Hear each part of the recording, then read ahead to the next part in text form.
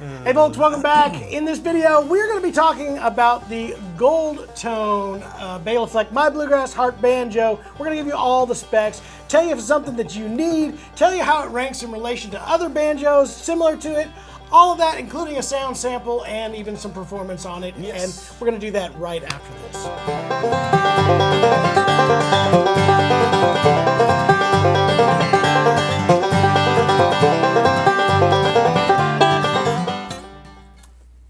Well, here we are once again. This time we brought back in our good buddy Aaron McDarris because there's no way I'm going to be able to do banjo stuff like that. I can make noise on a banjo. Are you sure? I'm positive. I'm absolutely positive. I don't know. I've heard you play. It's all right. It's barely even a song. Anyway, you can listen to the full performance of that song on a separate video. We'll have a link to that, and as well, we'll be talking all these specs and stuff. And you can see a tone sample at the very end of the video, like always. And like always, please like and subscribe. We sure do appreciate it. Keeps us and this channel continuing to grow. And, without you guys, we don't get to do this. And Aaron won't come by anymore. If you do not like and subscribe, Aaron will never be back here That's again. right. I'm not coming back unless you subscribe. Well, and then you can. So anyway, a little background story on this banjo. And you know this. Everybody who's ever been into bluegrass banjo, especially of a modern era, knows Bela Fleck. Yeah. He is a secondary pioneer, took things from the traditional realm and just kind of expanded it into another realm. Did stuff with one of the most prolific modern bluegrass bands, the Newgrass Revival, was in bands before that. I first actually got to hear him in a band called Spectrum. Did you ever hear that stuff? You know, it's been a long time. I have heard it, but it's been, I can't even remember anything that's on it now. Kind of rock tunes and stuff done in a bluegrass style. It's pretty cool. Anyway, Bela has been on the forefront of that, and then recently came out with an album that kind of shocked everybody again to talk about his bluegrass roots. He came out with an album called My Bluegrass Heart.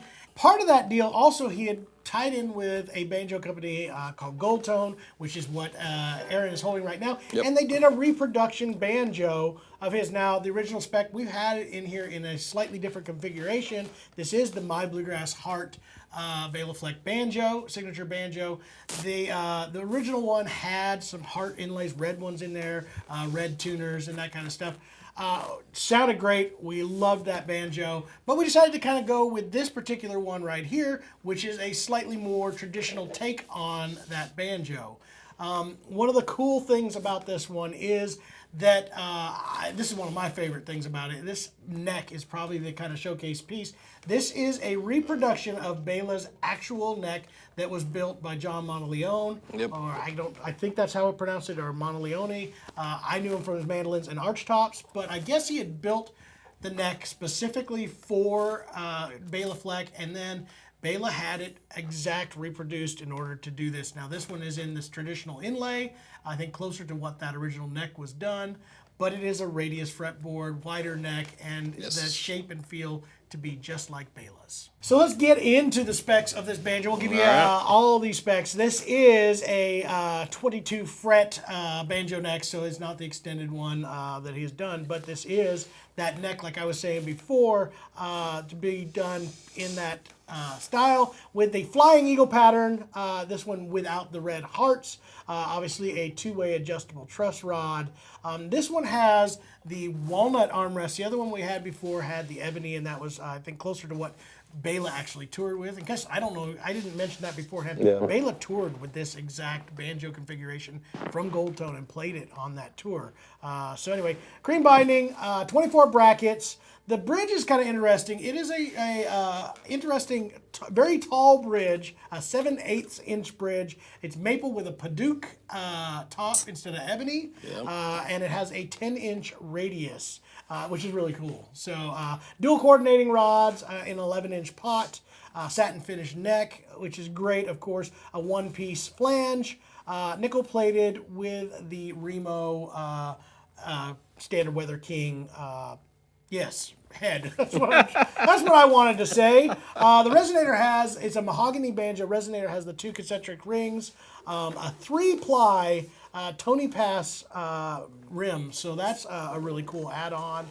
The tailpiece is a Presto style tailpiece by Pruka, and tension hoop is the standard notched one. Now, you were mentioning the tuners, which is really, really cool. These have the Ricard tuners on them, and then this, you hadn't seen this style of fifth string tuner. I believe that was Waverly that did that, which is a straight shot and geared without having it offset from the post. Kind of keeps it a little bit more out of the way. Sure. Now this one has the brass buttons on it too, which is kind of interesting. A cool lick. And I want to know what you guys think. We can order this in multiple different configurations. I think there's 3 different button combinations. I think this kind of gives it a unique look. I'm kind of wondering how it sort of matches with the nickel plating. I don't know. I think it's going to be an interesting look either way. It does have a no-hole tone ring. So again, based more off of that the no-hole RB3 banjo that Bela was playing, which is really cool as well. Overall, a pretty cool, unique banjo, and I think a major step for Gold Tone. They hadn't done anything in this more pro line. I also had one thing I was going to mention for you. I want to get your opinion on this, so I'm not cutting you off. I promise. I just want to get all these specs out of here. The jumbo guitar frets is also a very unique thing to see in this particular one.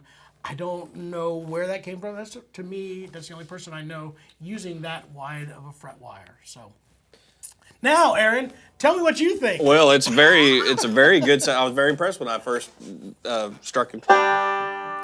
Very good responsive banjo. It has lots of sustain. It definitely is darker than most of the Gold Tone banjos, is a little dark, which you would expect from a Bela Fleck banjo. And of course, a lot of that's, in the way that there's always several certain things that can change to change the sound of that. But going for what it is, it's a very, very good responsive banjo. I don't know the price point on it, but I'm sure it's a... We will get you a price point on that as well, which is, we'll definitely get that. One thing that I found very interesting is that 7/8 bridge. It's a low action as far as the setup, but really tall here. It is very tall here. When I tried to play that, it felt a little unique to me. But what's your thoughts on that? Something you could easily adjust to? Or? I mean, it doesn't seem to bother me particularly. Maybe because you don't play all the time, that might have been in your way just by chance of not having, I don't know the right way to say that. But for me, when I grab a banjo anyway, I'm always conscious of how I and readjust. Same way you would mind, Sure, so absolutely. It doesn't bother me per se. I did notice my hand hitting it, and if it was going to be hitting, your fingers or your resting on it, that causes a problem with tone, and volume. So, but no, the action is very nice, very easy to play all the way up the neck, and very super bright, good response up the neck.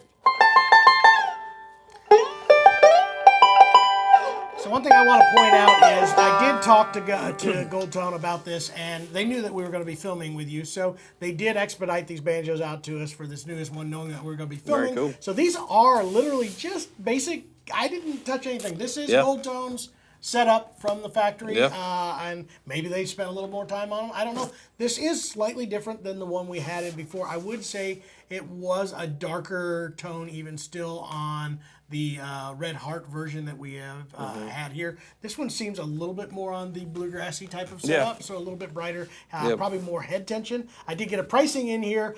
This banjo prices out at $36.99. So again, this was an opportunity to get a pro level banjo at a lower price. Now, some of you that are not banjo collectors are going to go $36.99. Oh my goodness! And rightfully so.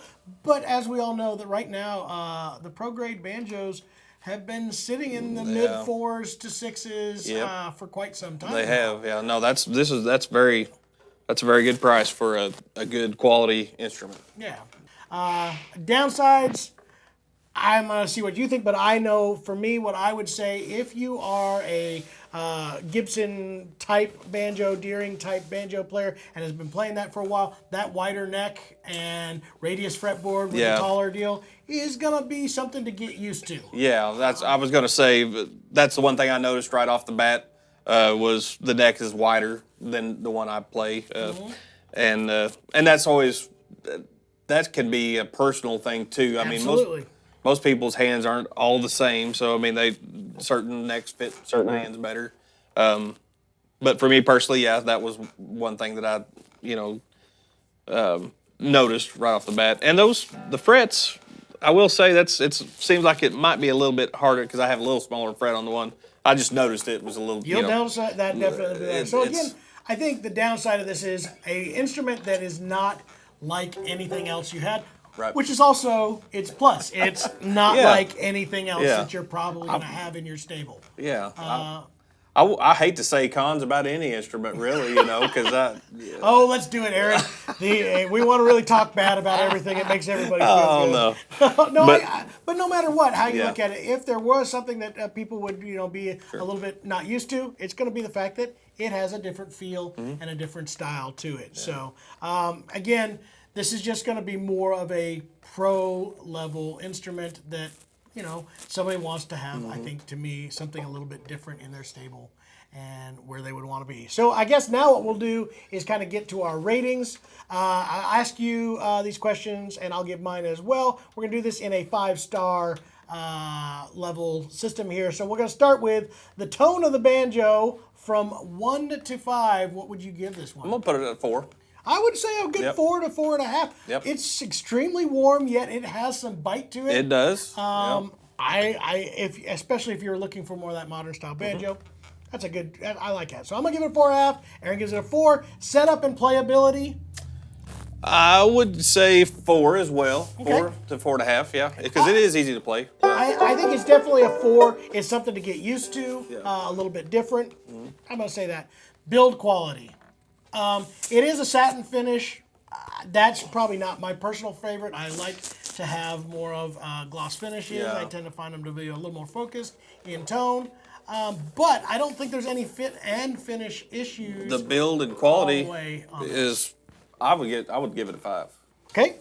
See, Aaron's going all the way 5. Yep. I'd give it a 4.5, just because I'm not as big of a fan of that. The aesthetics, again, this falls into my satin finish deal here. The looks of this. That doesn't bother me. Doesn't bother you? Yeah, and I think that could be a personal preference. Well, that ends for- up again, you're for wrong most- and I'm right. Well, Aaron. that's true. That's how we need to do this. All right, 5 Sometimes. stars on how it looks. I like the traditional aspects of this particular layout. I like the red when we had the heart in there. It was a little off-putting to somebody that was more traditional. So for me, I'm going to give it a 4.5 on here. What about you? Sorry. Yes. I would say 4.5. Yep. There you go. I will agree with you. See? Yep. Look at that. All right, as far as overall value, this is where I'm going to probably rate it really high. I'm going to give this a 5-star. I think for a person that's wanting a pro-level banjo that is more modern style and has some really, really unique and special characteristics, I don't know of anything out there right now that will touch that. So seeing that in a banjo at this price, I think that's a pretty darn great value. So for me, 5 stars. I will give it 5. Well, there you have it. There is Aaron and my something. Anyway, it's our opinion of the new Gold Tone My Bluegrass Art Banjo. I think it's something super cool. What we're going to do right now is get Aaron to give you a little bit of a tone demo, and then we'll be back after that. All right.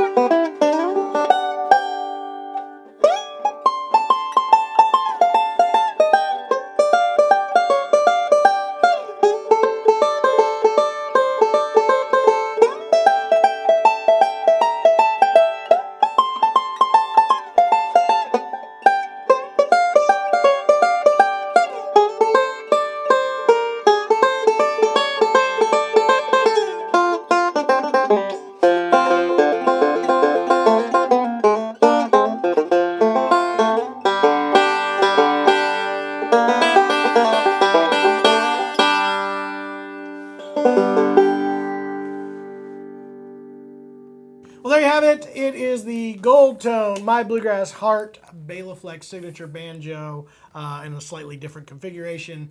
Aaron, I absolutely appreciate you being here and thanks doing for having this. me. We have other cool content as well. In fact, we have another one with Aaron McDarris here doing the Rocky Top Banjo, which you personally own. It was Yes. Sonny Osborne's personal banjo that he used when he did the original recording of Rocky Top. We shot a video with it. We're going to have a link to it right here, and you can check that out, as well as many, many other videos that we have on this channel.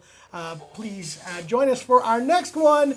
Until next time, keep picking, and we'll see you with some other cool instrument. Maybe we'll blow something up. I don't know. Something will happen.